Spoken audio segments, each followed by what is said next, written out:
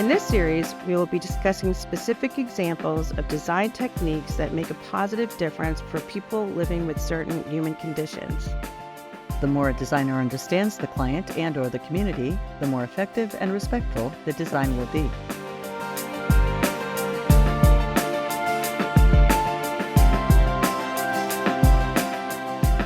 Welcome to Inclusive Designers Podcast. I'm your host, Janet Roach. And I'm your moderator, Carolyn Robbins. As we start another season, we have an episode that I am so proud of.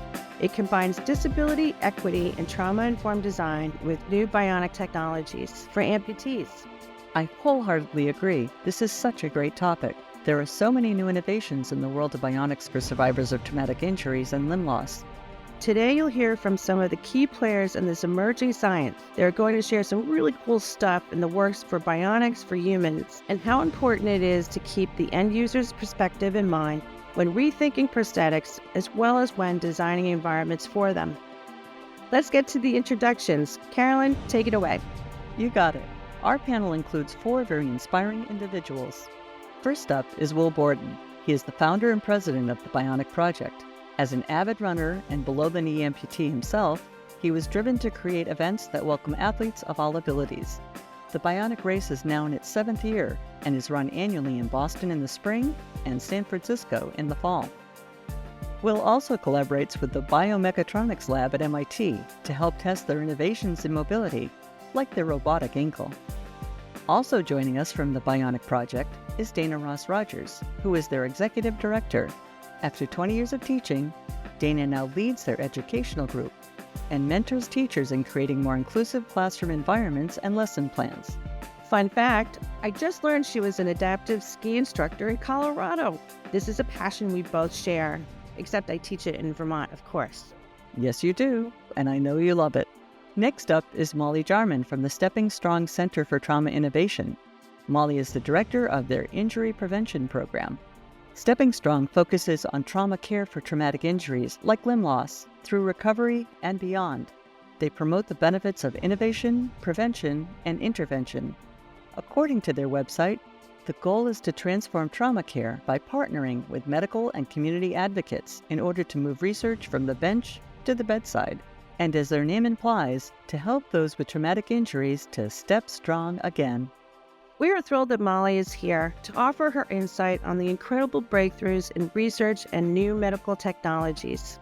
And last, but by no means or in any way least, we have Maria Villafranca, the Executive Director of Co-Design Collaborative. Their mission is to inspire social change through the transformative power of design. They produce educational programs for both youth and adults, publications on design impact, and also exhibitions. The most recent being Bespoke Bodies, the design and craft of prosthetics. I love their book on bespoke bodies too. It inspired me. I recommend it to anyone and everyone. And a shout out to them for helping us pull this panel together since they partner with both of these amazing groups, the Bionic Project and Stepping Strong. Each of our guests has so much to share on some amazing new innovations and even on, wait for it, designing for more inclusive stadiums. Before we give too much away, we better stop talking and let our experts tell you more in their own words. Yes, we should. And with that, here is our discussion with Will, Dana, Molly, and Maria for a peek into the world where bionics and inclusive design meet. Hello and welcome to Inclusive Designers Podcast. I am your host, Janet Roach. Today we've got a great panel of individuals who are working very hard to create equity within the amputee world. And with that, I'm going to allow everybody to introduce themselves real quickly so listeners can start to get to know their voices. Dana, I'm going to kick it off to you first. Thanks, Janet. Hi, I'm Dana Ross Rogers. I'm the executive director of the Bionic Project. My name is Will Borden, and I'm the founder of the Bionic Project. And I'm Molly Jarman. I'm the Director of Injury Prevention for the Stepping Strong Center for Trauma Innovation. And hi, I'm Maria Villafranca, the Executive Director of Co-Design Collaborative. Co-Design Collaborative is a remote-first nonprofit with the mission to inspire social change through the transformative power of design. We produce educational programs for youth and adults, publications on design impact, and traveling exhibitions, including Bespoke Bodies, on the design and craft of prosthetics, which just came back from the National World War I Museum and Memorial in Kansas City, where we were for the better part of a year. And that exhibition, I think, is what partly inspired this conversation, since we have been very grateful to partner with both Bionic Project and Stepping Strong in both the content development of that exhibition as well as a feature both of your institutions in the work itself. Terrific. Thank you, Maria. I thought it would be interesting to kind of hit on some points that you guys all put on your website, the Bionic Project and what everybody's doing over at Brigham and Women's and the collaborative with the co-design. It's a little bit of the statistics, right? Why this is important. And so trauma is the number one cause of death for people ages 44 and under, ahead of cancer and heart disease. The total cost of preventable injuries in 2020 was more than $2 trillion. In 2021, trauma incidents accounted for over 300,000 deaths in the United States, leaving survivors with permanent mental and physical disabilities. And lastly, traumatic injuries comprise 40% of visits to the emergency departments. So this is a well-deserved episode of Inclusive Designers, but also really just to shine a spotlight on what you are all doing. And I also wanted to just add that we were lucky enough to go to the Bionic race in May, and we'll have all the information you're going to hear today and that as well on our inclusivedesigners.com website. So with that, Maria, maybe you could tell us a little bit about how you guys put that together. And by the way, I love the Bespoke Bodies book that you guys published. It was so beautifully done and gorgeous photographs and just really humanized everything. I spent a lot of time, I hope you know, like showing it to friends. I'm like, isn't this really cool? But it's been a very important discussion. And one of the big takeaways I also got from the race, and Carolyn was there with me, and so she can back me up, was the real cry to ask for more funding for people with traumatic injuries. And so, Maria, was that part and parcel of why you guys got involved? How did that all start? How did you get this incredible group of people together? Yeah, it was, part of a core tenet of our work is really focusing on how can designers and creative problem solvers include like kind of the end users or the community that they're designing for in their design process. And I think the general field of prosthetic design is like the perfect example of that, right? Prosthetic designers are in many cases like that user is actually really part of that design process. They're really kind of helping create to make sure that it not only like fits and best adapts to their mobility needs, but that it looks the way it should look. It's kind of a perfect example of that. And so from our end, we always want to highlight processes in which communities are part of their ultimate designs. And so that's really where it started from. It's been interesting because so this exhibition had first launched in 2019, and we've continued to update it over time and like continued to partner with you all and others who are part of that original advisory content committee. And I have found, and I would love to hear how other people feel about this, but that kind of the conversation around this has changed over time. Certainly as the conversation around just disability justice period has changed over time. Right.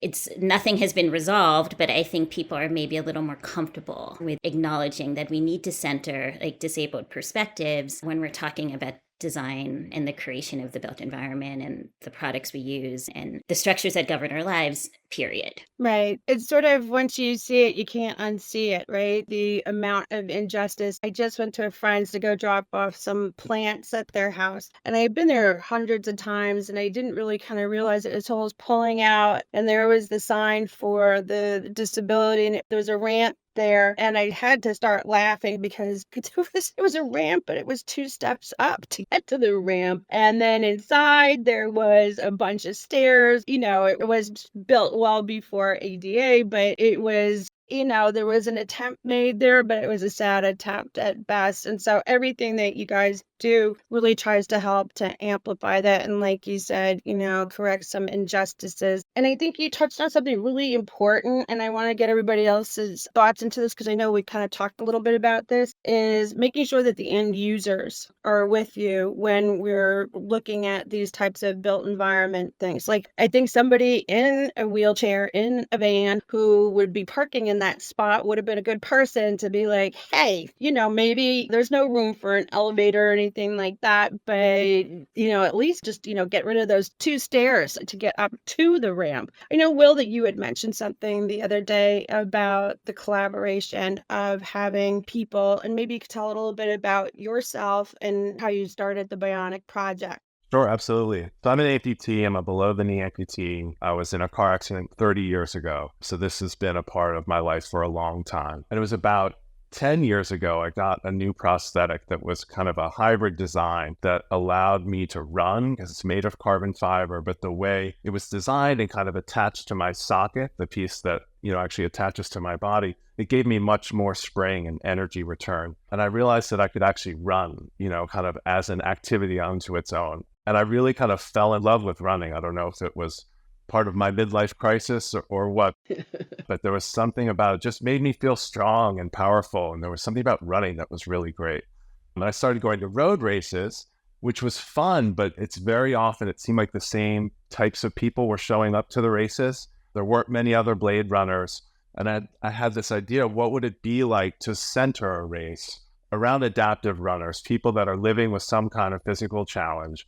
And we start the race around that, but then invite everyone in to join. So have a big inclusive race. And that's what we started in Harvard Square.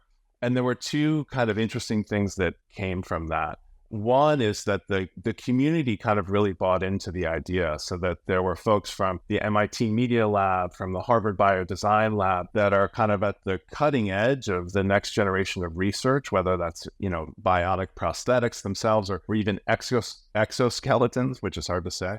But, kind of soft robotic structures that can help people move in ways where they might have lost movement before. And of course, Spalding Rehab, you guys have been a huge supporter of the race. They have the largest team there every year. And so it really kind of built a community, which was great. And then the other thing that we saw is that people were really starting to connect in a meaningful way. For many of the participants who are able-bodied at the race, they'd never really been somewhere with a critical mass of amputees or people in wheelchairs. And they were kind of able to, talk with them after the race and before the race. And they were actually doing something together, right? It wasn't like a conference where everyone sits and listens. We were all up and running, and there was something powerful in that. And I think it was when we started to see that starting to happen, Dana and I thought that this is an idea that we need to kind of take. It can't just be a once-a-year running event, right? We need to do more with it. And so we started our education program, which brings adaptive athletes into schools and works with kids to kind of normalize disability and to make people feel more comfortable around it. Yeah. Mhm. Dan, do you want to add anything to that? Absolutely. So when we go into the classroom, we really have a chance to dig deeper into a lot of the topics that actually Maria was talking about. And so we will bring athletes with physical disabilities, whether it's wearing prosthetics or someone who navigates on crutches or in a wheelchair. And we will talk about things like universal design of stadiums. Bionic often uses sports as sort of the through line to connect with kids because we find it to be a really popular way to get kids excited. And so when we heard about the White Stadium renovation taking place in downtown Boston, we actually got in touch with the architecture team that is involved with the city of Boston in designing that stadium. And we said we would like to bring athletes and people with physical disabilities to this conversation about designing a stadium that would not only be accessible to people with disabilities, meaning there are some ramps and some elevators, but how could the fan experience actually be one that is welcoming and centering for people with disabilities in a way that they really would rather be at the stadium than be at home watching the game. And so we bring this idea to students in the classroom, and we look at Fenway, for instance, which was obviously built way before anybody was thinking about accessibility. And we point out the ways in which there have been sort of band-aid solutions put on parts of Fenway, and it is now, ADA compliant, but it is in no way welcoming to somebody who is in a wheelchair. Then we look at Gillette, which was actually built after ADA guidelines. Right. And again, it has everything it needs. But when we have students look closely at the sections where wheelchair users sit, or we have them look closely at how much space there actually is between rows and between aisles and where the concessions are, students realize, wait a minute, it's not actually for somebody, for instance, who's blind or who's hearing impaired. Like, would they actually rather go to this stadium? It's probably not. And so students start redesigning what a stadium could look like. And of course, the idea of universal design is when you design for the extremes, you also include everybody in that. So somebody who is bringing a child in a stroller is going to appreciate a lot of the accommodations that our students have come up with. Right. Somebody who is elderly and may not be actually using an assistive device, but could just use a different way to get around, could use a little bit more space between seats, could use a little more space in the bathroom. All of these considerations, kids really are open to thinking in this way, especially when we let them design all sorts of crazy contraptions. So this is what we do in the classroom, is we get kids thinking, as Maria said, about the end user, because they are going to be the ones going out in the world and designing spaces and video games and toys and kitchen utensils and all the things in the world that people design. And we want kids thinking more broadly about who the users are going to be. Right. That's amazing. And yeah, I hope to be able to grab a few of those images for the stadiums and everything like that and put it on our website. Yeah. So while you were talking, Dana and Will, it's so important to have a newer generation understand the importance of just putting that, like baking it into the cake, right? Myself as an inclusive designer, people are kind of like, why do you need that type of mentality? And well, at some point I'll just be baked into the cake, like sustainability, like all the other stuff that we've done over the years in terms of the built environment. And so to get a younger generation, that's going to go through, or at least also, if not also to design it, but to demand it or to recognize that it's missing in action, right? So with that, speaking of future of amputation and bionic prosthetics, Yeah. and I want to get Molly into this conversation. Sure. Can you tell me a little bit about the Ewing Amputee Project? Sure. And some of the work that you guys are doing and why it's so important? Thank you. Sure. So just disclosure, this is a colleague's work, so I don't want to take credit. They're not here.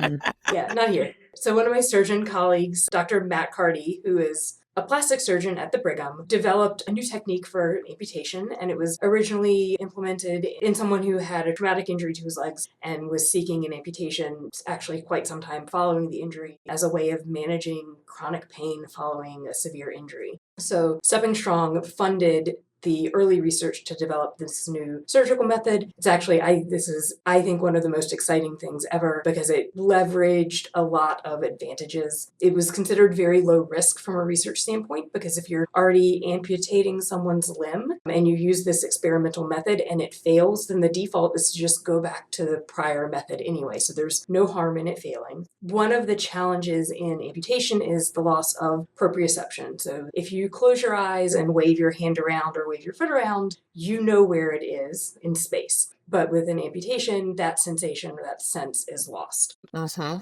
So the Ewing amputation is a technique for preserving that sense of limb in space. I'm very oversimplifying it, but the sense of proprioception comes as a function of bending and flexing muscles. So when you bend or flex your arm or your leg, it's a push and pull between opposing muscles. And that push-pull is what allows you to know where your limb is in space. In traditional amputation methods, when muscles are kind of severed, that push-pull goes away. With the Ewing amputation, they were able to retain that sense, the push and pull between opposing muscles, using what Dr. Carty calls the principle of spare parts. So they actually take pieces of bone and tissue from the amputated limb and use that to create a pulley within the remaining limb so that the muscles have a channel that they can pass through. It doesn't require any type of synthetic or implant or anything. They can use parts from the amputated limb. And Whoa. yeah, Is everybody else hearing what I'm hearing? Spare parts. Yeah, principal spare parts. Yeah. they can use parts from the amputated limb, and that is my non-clinical understanding of what's happening. But it's really cool because it means that even with like a non-bionic prosthetic, even a very traditional, say, analog prosthetic, having that sense of proprioception allows a person to retain much more function because they can still sense where their prosthetic foot is in space. This project on our side of the river at Brigham and Women's is actually done in partnership with the Media Lab at MIT, where one of their engineers, Hugh Herr, has developed the advanced bionic prostheses and ways of connecting the prosthetic limb with the remaining tissue limb to allow communication back and forth between the two. It is remarkable. Some of the footage I've seen of patients going through PT with their bionic prosthetic limb and the new sensors and the Ewing amputation in place, and it is just completely natural movement. For me, the most mind-blowing one was someone walking with a prosthetic leg and an articulated foot and ankle and stepping on a roll of tape and just kind of naturally flicking his foot to get the tape off. Wow. In a completely natural manner. It was a response that was so intuitive and so natural, that was based on this sensory feedback that just wouldn't be possible without both the new surgical technique and the new bionic prosthetics. Wow. Yeah. So to me, I'm not involved in this project at all. I am a bystander, and it's one of the coolest things I've ever seen in medical science. Wow. I mean, that alone is just amazing. Will, do you have any thoughts on the Ewing amputee project? As somebody who is part of that community, what are your thoughts on the new advances? I'm really excited about it and excited about kind of the future of bionic prosthetics. Yeah. I think one of the things that strikes me is that it's also like a shift in expectation. That amputation before is a procedure that was always kind of considered like a failure, like a loss. You couldn't preserve the limb. It's a procedure that hadn't been changed really since the Civil War. And when they came along and Dr. Carty came up with this shift and a new way to do it, it's like all of a sudden you're thinking about well, how do I set up this patient for the future? In a positive way, right? So it's no longer this loss. It's like we're kind of reconstructing somebody. And I think that shift is really important. And I think keeping high expectations for people with disabilities, I think as a society is really important. There's a columnist, Andrew Leland, who has a degenerative eye condition. So he's slowly kind of going blind. And he's been chronicling his experiences. And he's an incredibly bright, articulate guy who's written numerous books and numerous columns in the New York Times. And he's talked about this transition that happens for him when he's walking on the street, and if his eyes have gotten to a point where he wants to use the cane, kind of the white cane that helps the blind kind of navigate the world, still one of their best pieces of technology. The shift in how he is treated, how people view him, is so profound, right? He goes from being arguably the smartest person in the room. People's expectations of him when he has his cane out are that he can't do anything. Right? That he's almost like an infant, that he does, surely he won't understand, surely won't. And really nothing with him has changed except people's perceptions. And I think you see that a lot in society, that where people with disabilities are capable of so much more than people think. One of our educators, Nico Calabria, was born without one of his legs. So he navigates the world on crutches. And sometimes he'll describe an experience, and he is, by the way, a phenomenal athlete. I mean, you should see him play soccer and do bicycle kicks, and one of the most coordinated individuals I've ever seen. But when he's simply at the grocery store, doing his kind of day-to-day shopping, everyday thing, people will come up to him and be like, "Oh my God, you're so inspiring." And I think, you try and be nice about it. It's he's like, "I'm picking up a can of soup right now. What's so inspiring about that?" Right? Yeah. This is my day-to-day life. if you come see me play soccer, like maybe that's inspiring. Right. But like, don't have such kind of low expectations of me that I can't kind of get around this supermarket and kind of do my basic daily shopping. And I think, we're kind of trying to think about that when we talk with students, like in developing lessons about how as individuals we can like ask for help in a nice way, but also like how you can give help like respectfully and kind of read the cues. I think in general, this is me on my soapbox, but we need like kind of a more interdependent society, right? There's too many kind of gaps between people, and how do we bridge them becomes so important. Right. But it goes back to also talking to the end user, right? When I put on my other hat, when I'm working as a co-founder of Trauma Informed Design Society, I find we talk about how words matter and having those discussions. And it's not good. I mean, you don't just have to understand biomechanics is great. Understanding biomechanics in these particular situations when you're helping to design the built environment, yes, that helps. But it's also helpful to talk to the end user and having really frank discussions that kind of allows that flow. And I love the fact that the Bionic Project is doing this education and then to also help these students, create those, I guess it's to create that conversation, right? That they're not afraid of it, but they're also, not saying silly things, right? Mm-hmm. And seeing like the potential in people, like that we all like have potential. We all have something important to offer, right? Mm-hmm. And not kind of writing someone off just because they look different or have this type of disability or need to use a wheelchair or, kind of any of these accommodations that some people use. Yeah. And I think what you were getting at also, Janet, is really we're just trying to normalize this, right? Right. Normalize the vast spectrum of the human experience. And then, as you said, normalize these conversations. Normalize thinking of these features of a new building or, of a new tool. Stadium. Exactly, a new stadium. So, exactly. Yeah. I just also want to add that, that's what's so exciting about what Bionic is doing. And I love the idea of the race certainly centering disability, but meant to be for everyone. So I brought my kids to the race this past spring, 3 and 7-year-olds, and it was actually their first time going to a race, which maybe says something about me and my lack of any athletic ability. But that's very funny. But they loved it, and I think it just was, for me, it felt like just important for their understanding of athleticism to be from this perspective, right? Where they're like, this is so much fun. There's certainly a spirit of competition there, as there are in all races. Oh, yeah. But there's this just welcoming feeling of inclusivity and that this is going to be a good time. And at a young age, that's all that matters, right? Is just to see people with all ranges of disabilities or non-disabilities and just all having a good time. Yeah.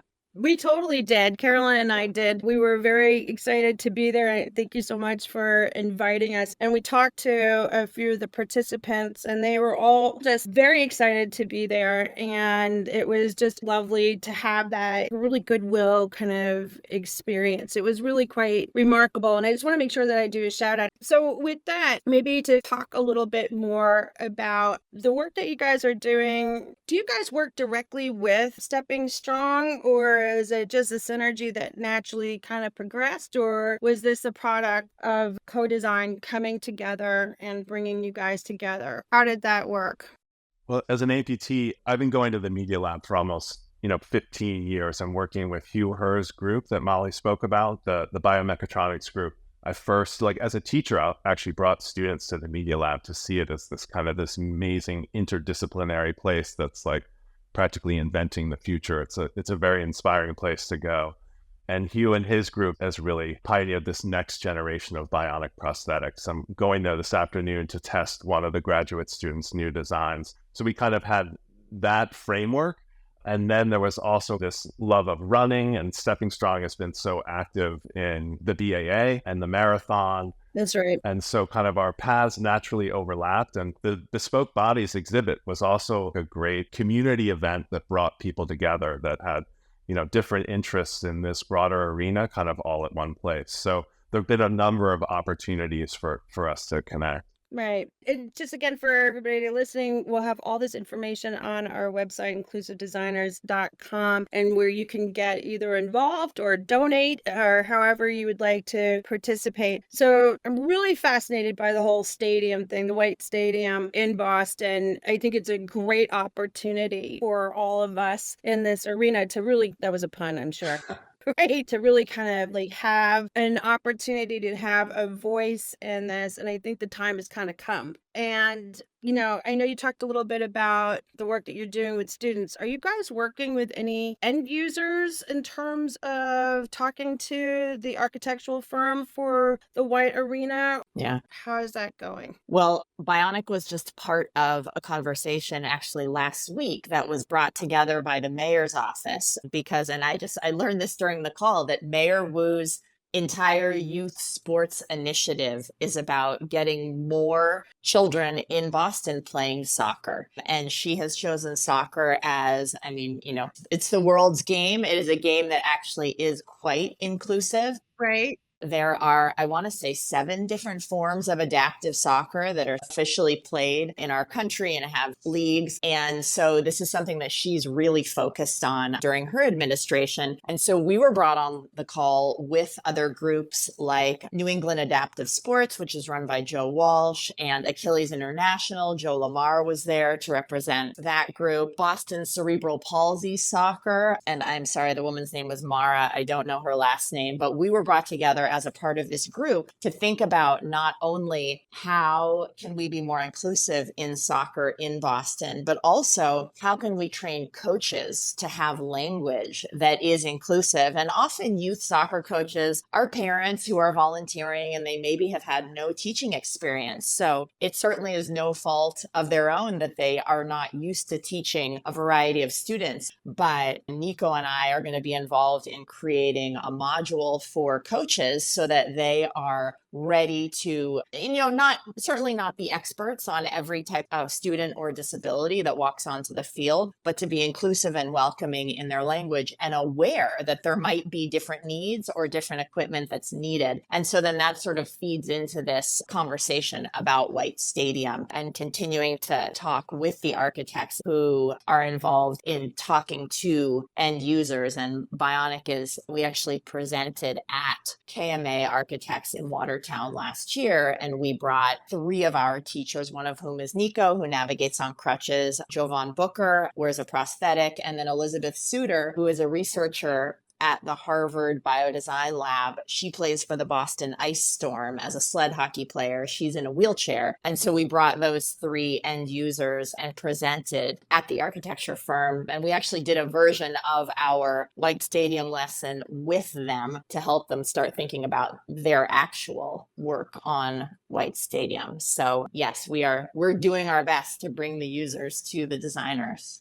Right. I think that that's really important. And one of the things that I also took away with the Bionic race and talking to everybody, and the message was very clear. There was no mistaking the message, which was that all the work that Stepping Strong is doing and the Bionic Project is doing, that all of this is not being funded, right? It's mostly private donor funded. And sure, there's some grants out there here and there, but at the end of the day, it's just not happening in part and parcel of the insurance companies. What I was told, which angered me to no end. So, Will, I'm going to get on my little soapbox, bring one with me for every episode. And which is this, it's kind of blazoned in my mind that, with kids, when they've had some sort of amputation, that it is not paid for by insurance. And I can't imagine that, all you have to do is have kids or grandkids or nieces and nephews to know, like, around that 4, 5, 6, 7, 8, 9, 10, 11, 12, they've got so much energy, and to then not be able to have a prosthetic because you don't have the money, or that if there are special programs that, you have to get to some place to get these things done and there's no funding for that as well. That really just broke my heart. And I thought to myself, this is crazy, like really crazy, Molly, can you jump in on this? Sure. So yeah, I think that the cost of treatment and the cost of prosthetics is a huge concern. Yeah. That's actually the research that I am more engaged with, that Healthcare in the US is very expensive and unattainable for many people. And like even just a baseline prosthesis may not be available for many people. And then we get into these new technologies where they're so cool and we can do amazing things, but it's expensive. Right. And especially if you think about a child where they're going to grow and need Additional new devices and adaptations and things like annually, possibly for many, many years. And so we haven't figured that out yet. Cost wise, there are charities that might be helpful. As Stepping Strong, we do not have the resources to help somebody achieve a prosthetic. We have some funds available to help patients who are in the acute care phase. So they're in the hospital and they may need help so that their family member who needs to travel pretty far can stay in a hotel. We can support that. But it's something that it's very expensive, and we think about the scale of the number of people who need a prosthetic, and it's not just traumatic injury, it's cancer. right. It's people who have limb loss or limb differences from birth. So it's much, much broader. It's such a large scale that we can't rely on philanthropy to fix it. And it's one of those situations where we need to shift the way we fund healthcare or even view a prosthetic as healthcare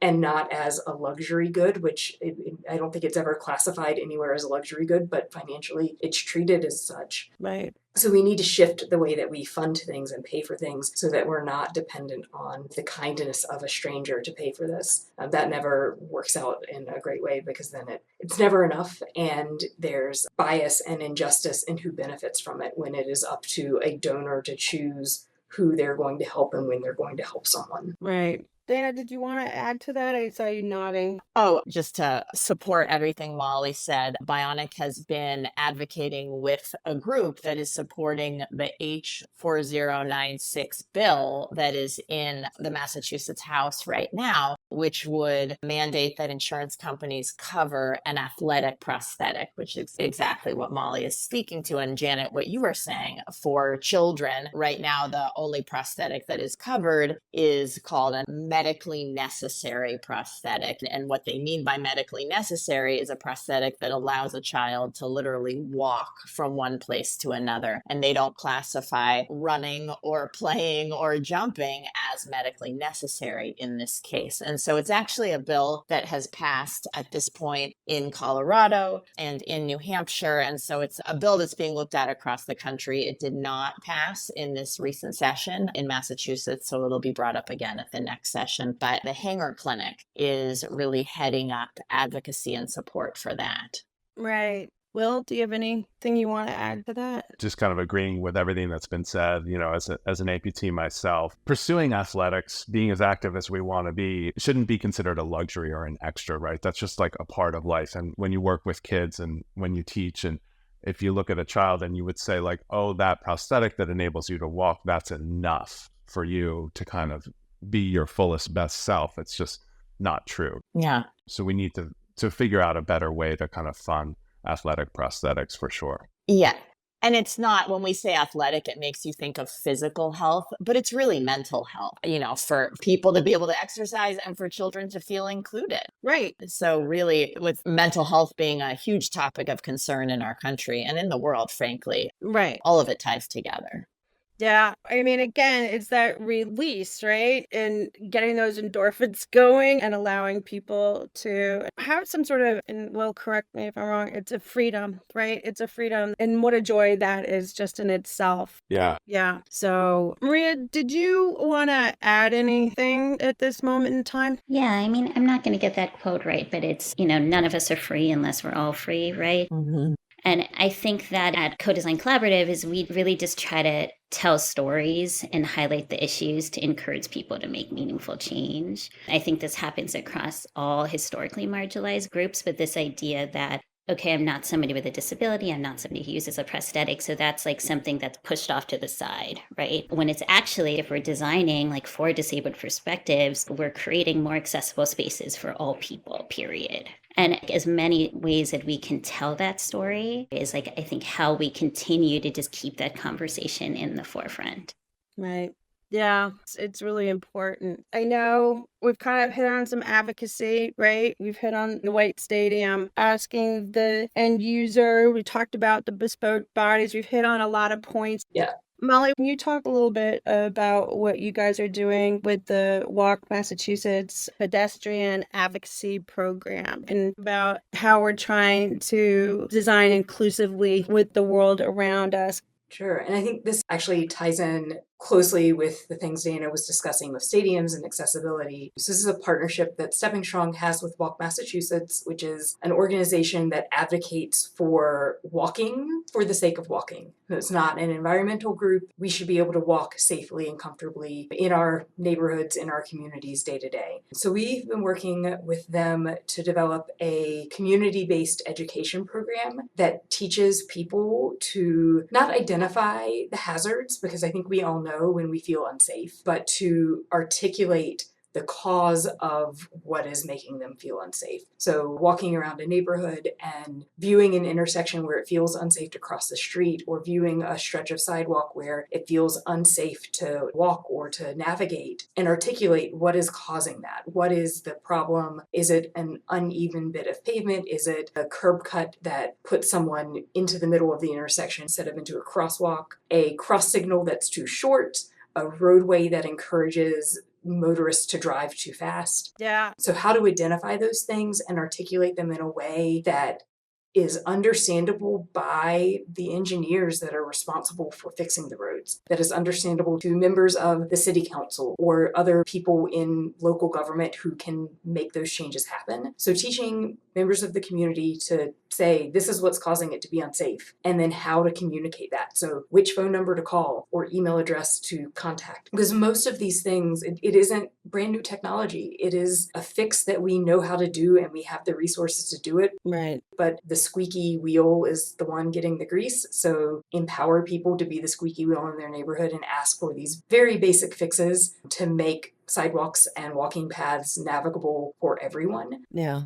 Because the curb cut that is necessary to safely cross the street in a wheelchair is also necessary to safely cross the street for someone who uses crutches, or for someone who is pushing a child in a stroller, Shuffles. or pulling their groceries behind them in a cart. Right. Like, it's easier to shuffle from a storm. It's just easier to navigate in all of those ways, and we just need to ask for it. Right. Yeah. If nothing else that you can relate to in Massachusetts, to get off those curbs during the winter time and everything like that, it would be a little bit less of a problem. Yeah. I wanted to make sure that we're getting in all the conversations, but I wanted to make sure that we hit on a few different things, which is going to allow me to kind of pivot a little bit. Yeah. So when Carolyn and I were at the Bionic race, we met a gentleman, Todd Farrell, from Liberating Technology, Inc. And they were doing really something kind of cool with the changing of the prosthetics from a more walkable device to an athletic device. And we thought that that was a pretty cool sense of technology. Do you guys have a thought of that? Is that going to be part and parcel of the, like, a more, I don't know what you want to say, normal prostheses, as opposed to maybe the Ewing amputee project? Or maybe anybody can jump in. Well, yeah, I think what you're describing is a cost-effective design solution going forward. That there's two key components in a prosthetic. One is the socket, which is the piece that attaches to your body. And then there is kind of the foot ankle. And this is for below knee amputees. And then for, an above the knee amputee, they also have a socket. Then they'll have a knee and then a foot. But there would be a way to kind of switch out the feet, if you will, for different levels of play or of athletics. You can have like a regular walking foot that has a heel on it that you can stand on comfortably and that you can walk on. And then there are also these running blades that have a much more aggressive curves that gives you more energy return. They're much bouncier, but they're harder to walk on. So the idea of people being able to switch out their feet is kind of one way to make it a little bit more cost effective rather than replacing the whole system, which includes the socket as well. This idea that you can change the blade or the foot on a device from walking to running rather than having to have two separate legs. So that does make sense. It does make some sense. Yeah, that's interesting. We thought it was a kind of yeah, you're right. It's just the ability to have best of both worlds and, just have these other types of devices to make things go a little more smoothly for individuals. We talked a lot about leg amputees and bionics. Should we be also having a conversation about arms? Is some of that same technology going with arms, or is it mostly about legs? I mean, I'm trying very hard to make sure that my language is correct and that I am not saying something silly. But then arms are very important, but it feels like that's a conversation that's really mostly about legs. So, Maria, you jumping in? Yeah, I wonder if there's a question, because I mean, I think sometimes what happens in these conversations is that, it's like we're focusing on like prosthetics and specifically focusing on like below the knee, just because like that's largely kind of obviously the group we're talking to right now. But I think we're certainly not like prioritizing one over any other device or even the use of devices at all. Like some disabled folks just don't want to use a prosthetic either because they can't afford it or they just don't want to, right? Like they've kind of made other choices. But like I also want to hear from you, Will, Dana, about it. We are trying to promote the solutions we're talking about, but not at the expense of like other choices that I think disabled folks might make. Right. Yeah, I think that there's a danger sometimes in viewing technology as the savior. Yeah. That it's going to come in and save, this broken person and kind of be the answer. In my experience, it's very often like a blend of low tech and high tech that ends up being the best. Right. Or some people have come up with solutions for their own for upper extremities that are just reliable and they can use every day, and it doesn't have to charge, and it doesn't have a computer brain that might be temperamental at times. There can be a gap, as we know, between the things that work in labs and the things that work under certain conditions and things that are ready kind of for 24/7 day-to-day use, right? Yeah. Like I want to walk every day to my best ability. So yeah, I think it is important to recognize some of the solutions that people have come up with on their own that can also be very elegant as well and not necessarily bionic.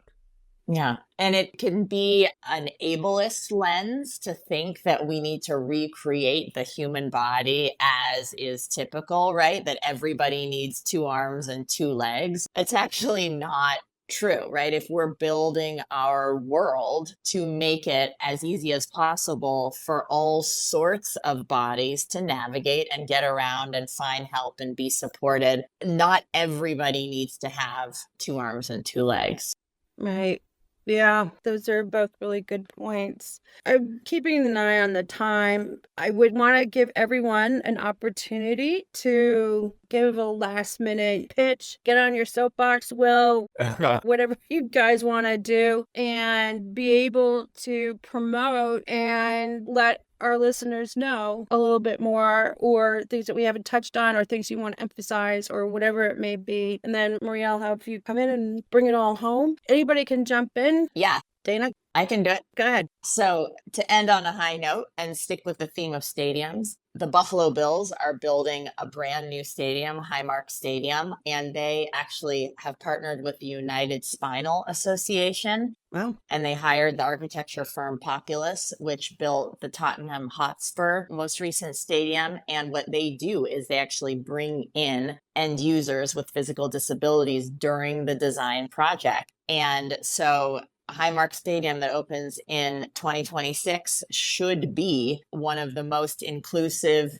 The gold standard. Exactly, the gold standard of surpassing the ADA for NFL stadiums. That's amazing. Go NFL, right? So, Molly, do you want to? Yeah, so from my perspective in this public health medical research world, we desperately need more of these collaborations with the disability advocacy realm. The public health world in many ways we're out there, we're progressive, we understand all of these issues, but then it's still a super ableist scientific domain in a lot of ways. I was at a conference a few weeks ago where we had a whole session talking about the fact that in public health and medicine, we still measure disability as an endpoint to be avoided and not as a fact of life for a large portion of the population that should be accommodated, and we should come up with ways to live and not just avoid. Yeah. So this conversation has been amazing, and we need more of these collaborations. Right. Thank you, Molly. Well, you guys can always come back. We would love to have you. Will, what do you have to add to this? Last minute thoughts. Well, I think to make some of the shifts that we're talking about in people's perceptions, I think obviously education is one of the most important tools that we have. And so continue to think about ways that we can work with the younger generation to kind of capture them at an earlier age so that, you use the expression, Janet, like, so it's baked into the cake, right? So they just kind of grow up with this sense that like whatever I create should be as accessible as possible to as many people as possible. On some levels, it's not really that complicated, but you have to kind of include that mindset from the very beginning and not have it kind of be a Band-Aid solution at the end, like, oh, I actually wasn't thinking from this perspective. So, I think the work certainly that we're doing in schools, I think is really important, and we'd love to see more of it happening. Terrific. Us too. And Maria, last minute thoughts? I mean, this has been such an exciting conversation. And I just think it's important, I think, for certainly our community and all the listeners to this podcast to just acknowledge that the ADA is just the bare minimum in terms of providing access for disabled people and the general population at large. We have a biannual magazine we published, and our most recent issue was on inclusive design. Yeah. And we featured a piece by former Senator Tom Harkin, who was instrumental in establishing the ADA. And in that piece, he talks about how that is the bare minimum for access in the built environment, right? And so even things like the ADA requires for buildings to have an accessible entrance, but where that entrance is, whether it's open, that's not part of the requirements. And so that can create an experience that is certainly othering, but in many cases causes like real harm, right? And so I think it's helpful to think of, again, when we're thinking about like what people can do, like the Co-Design Collaborative, we really try to encourage people to think about what's the small act of meaningful change and then the larger act that I'm working towards, and just try to bring together people like this in conversation and help tell those stories to hopefully inspire people to take a small act and work towards a bigger one. Right. So true. I mean, this has really been terrific, and I really appreciate you guys taking the time to talk. Please do come back. Maybe we can talk again once maybe the White Stadium is getting towards its final stages. Who knows, maybe we can even take a tour, something to do like that, and walk around. And I just want to thank all of you for what you guys do and helping everyone to be inclusive. So with that, I will say thank you very much and have a good afternoon. Thanks, guys. Thank you. Thank you. Thank you all. Bye.